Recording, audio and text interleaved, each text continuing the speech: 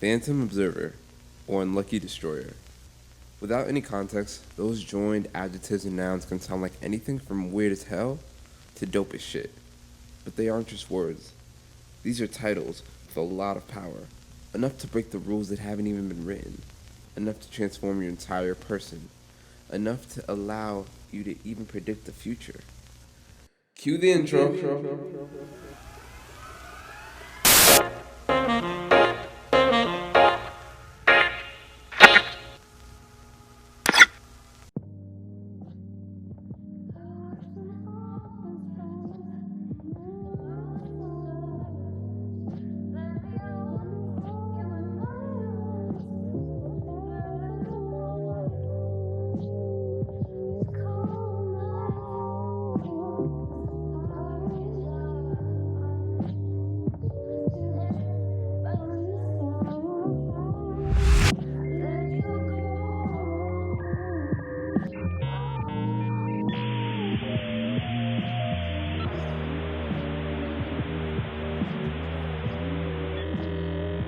You got mail.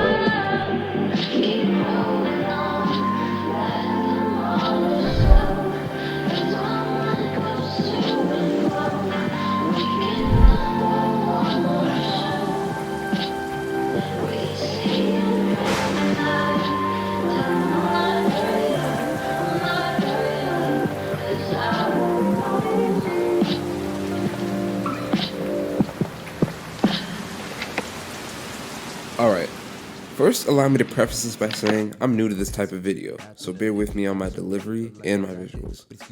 Anywho, back to what I was saying. Obviously you clicked on this video so you have some idea of what's going on, or maybe you didn't and don't. Regardless, circling back to my opening, these monikers are what you get depending on which of my names that you enter into the now infamous Wu-Tang Clan generator, provided by www.mess.de, and not those weak and off-brand sites like wutangclan.net. Because it's from this exact site that circa 2008, just a year before exiting the critically acclaimed and in many ways comedy pioneering series 30 Rock, a then 24-year-old Donald Glover typed in his name and took his first steps towards musical artistic freedom and global recognition. But how did he get there? And why leave the comfortable world of writing and acting for the unknown of the music world? Why does it matter? Why does any of it matter? Wait a minute, chill out, man. You're doing way too damn much. Damn, Rachel. I mean, you might be right. I know I'm right. Maybe this is more philosophical than I need to get at this point in the video. Let me dial it back and start from the beginning. If you're new to me and my channel, more so to me, then the first thing we need to establish is who influences and inspires me. I won't name all of them, but I will include Kid Cudi, Tyler the Creator, and Childish Gambino, also known as Donald Glover. Now, while I won't give you a full history lesson on his early life and his road to stardom, because there's definitely an abundance of videos already detailing that, I will, however, speak on my personal experience and what I gained from a solid decade of exposure to his seemingly exponential persona. I was first introduced to CG back when he was still only known as Donald Glover. He starred as Troy Barnes on the show The Community, directly after writing for the series 30 Rock. And despite a request from Rick and Morty co-creator Dan Harmon to reappear in the 6th and final season, he declined, saying that he had drawn a conclusion to his character in that series. By then, he had already dropped 2 mixtapes and had started to become the artist that we all either envy or admire. But in recalling the job that he first had in the NBC's writer's room, where he would meet one of his many, and in my opinion, most pivotal mentor, sponsor, and coworker, comedy and entertainment industry veteran Tina Fey, Glover himself, on one of his earlier cuts, The Last, off of his mixtape Cul-de-sac said, "And this next part sounds like nonsense, but I swear to God, Tina Fey gave me confidence, taught me everything that is good comes from honesty. Everybody's got a voice, you just gotta follow it. She on a role model shit." It's that line right there. That's the bread and butter of this entire video. It's the very reason why you clicked on it. Unless you belong to that awkward section of viewers that somehow don't know why or how they got here. In which case, thanks for still watching. So why would someone turn their back on a stable check, change their name, and start dropping mixtapes? Especially when that someone had just begun to cement themselves as a household name. Maybe because they saw something that the rest of us didn't, as the majority of us are usually constantly trying to get a peek of just how much greener the grass is on the other side, while the rest of us are content and satisfied with what we have, and an even smaller fraction of that population sees just beyond the grass and the suburbia, towards the various hues that comprise the horizon. And it's my firm belief that a late 20-something Glover was staring into the horizon and saw his potential. And if you saw what you could become in 5 to 6 years, and the name that would get you there, wouldn't you leave too? Wait, don't answer that. I mean, unless you're gonna do it in the comment section. Shameless plug. But now, this is where the philosophy comes in. A young Shakespeare once asked if a rose by any other name would smell as sweet. Glover often wrestled with balancing his budding rap career with his early and healthy roots in comedy. It's funny, I don't think I have to remind people or like make them aware, like, hey, this rap thing is kind of serious, because it isn't.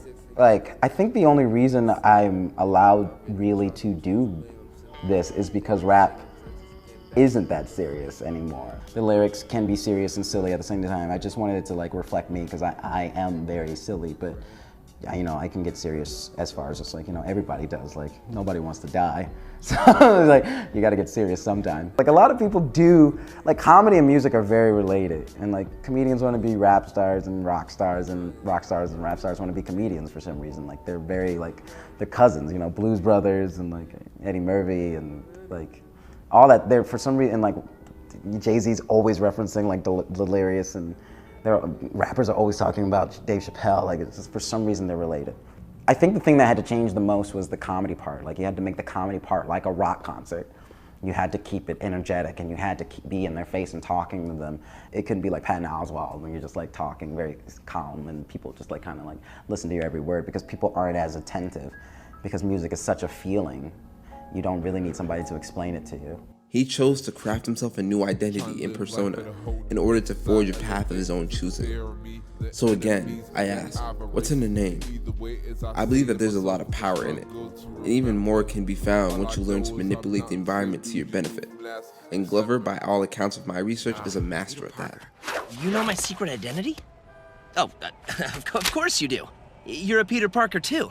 Don't freak out. I'm you. Whoa! I'm not you. You're dead. Which makes me dead. No way, neither of us could be dead. That's impossible, Peter Parker. So you're not dead? I'm not what now? Okay, don't freak out. I'm sure at one point or another in your life, you've either read or heard somebody talk about how we're all living in the Matrix. Even Glover himself has either spoken on or alluded to in various interviews that we're all just players in the same simulation. And if that were the case, from what I've seen, that would make Donald Glover Neo. Take his song, I'm On It, from the aforementioned Cul-de-sac mixtape, where he says, So I skate around the city for a couple hours, dreaming of the day that I could say this world was ours. Now I got some, but I want it all, and I won't stop until Rihanna gives my ass a call. Fast forward to 12 years later, and they're together in his movie that he wrote and produced, Guava Island. Or take this example from BTI, also known as Because the Internet for the Uninitiated. The appetizer track which preceded it, Yaphet Kotto, was released in 2013, and it's one that I highly recommend that you listen to in its entirety if you haven't already. It's one of my more favorite offerings from him, starting from the name of the track to the instrumental. It's one part diss track, one part summary of his career, and one part vision of his coming ventures. Anyways, the line goes, Same dudes who laughing after you go be the same dudes emailing asking you about your show. It's on FX, type nigga. It doesn't take a rocket scientist to know that he's referencing his soon-to-be hit dramedy, Atlanta. And yes, that's drama comedy for those who don't know. And those are just two examples. There's a whole laundry list of Donald speaking his goals or desires into existence, referencing his current achievements and experiences, or rejecting the prescribed feedback of his family and haters alike. Glover may have made his first checks under his real name through comedy, but like many of his other talents, he exceeded them to the point where it was speculated in the late 2000s whether or not he was the son or distant relative of seasoned comedian and actor Danny Glover. And spoiler alert, when it comes to 36-year-old Donald Glover, there is no relation. Donald Glover, no relation. Speaking of which, Glover did all that he could to put space in between him and his birth name. This is Donald Glover.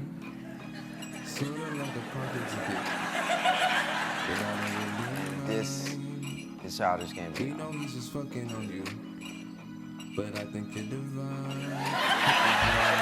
As he reserved it more for the professional side of his endeavors, such as directing, acting, and writing, which would sow the seeds for later successes, such as his multiple roles in million-dollar Disney movie deals, and his culturally relevant breakout freshman series, Atlanta, on FX.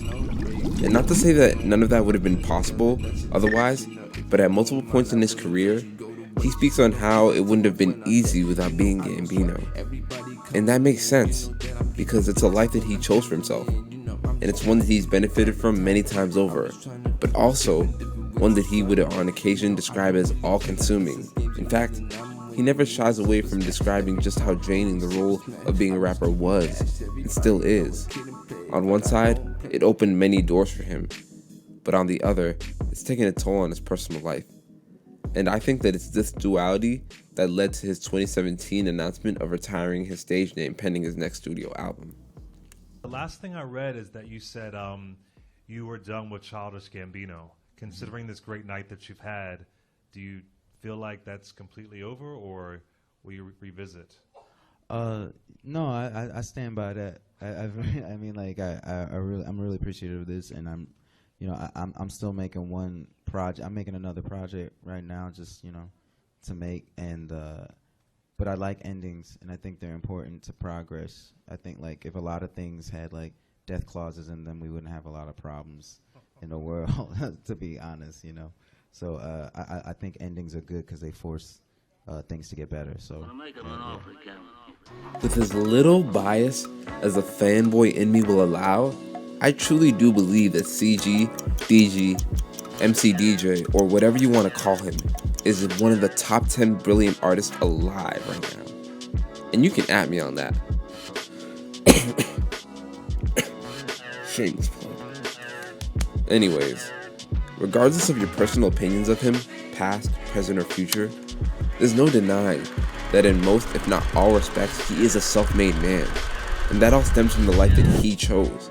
I mean, within the span of a decade, give or take, Donald went from being that nerdy black kid with the Spider-Man complex and white kid tendencies to a multi-million-dollar superstar extraordinaire who was in Spider-Man affiliated properties twice.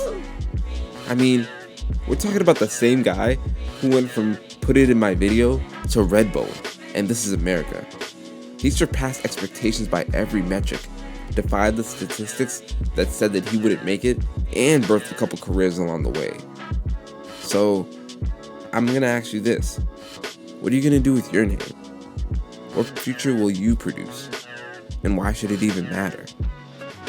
Because it does.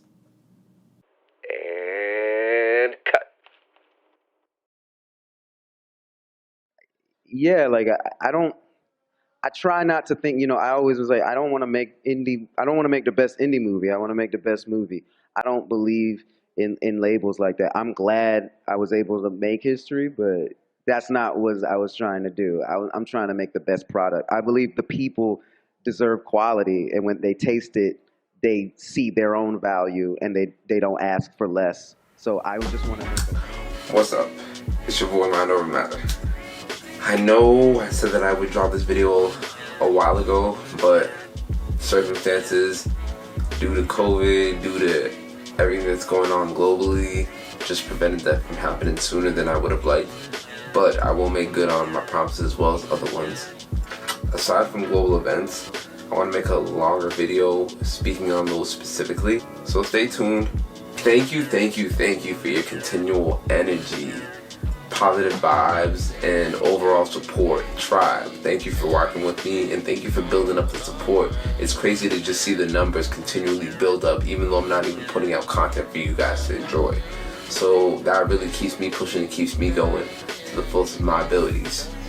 I'm excited. I have so much to share with you. I got an all-female-led speaker series that I'm going to be producing, a dedicated weekly show so I can start giving you regular content. And I'm also working on more new music, so be on the lookout for that. But until then, stay positive, stay safe, and stay inside. And as always, peace, positivity, and prosperity. I'm gonna do whatever you ever give, I'm running through my mind. The facade and I'm going over time, no breaks. You know that I'm going hard, I'll do whatever that it takes. You know, if you wouldn't mind, I wouldn't let you go to waste. You know, keep that Tupperware on deck. You know, I don't sweat. Everybody coming in, you know that I'm getting blessed.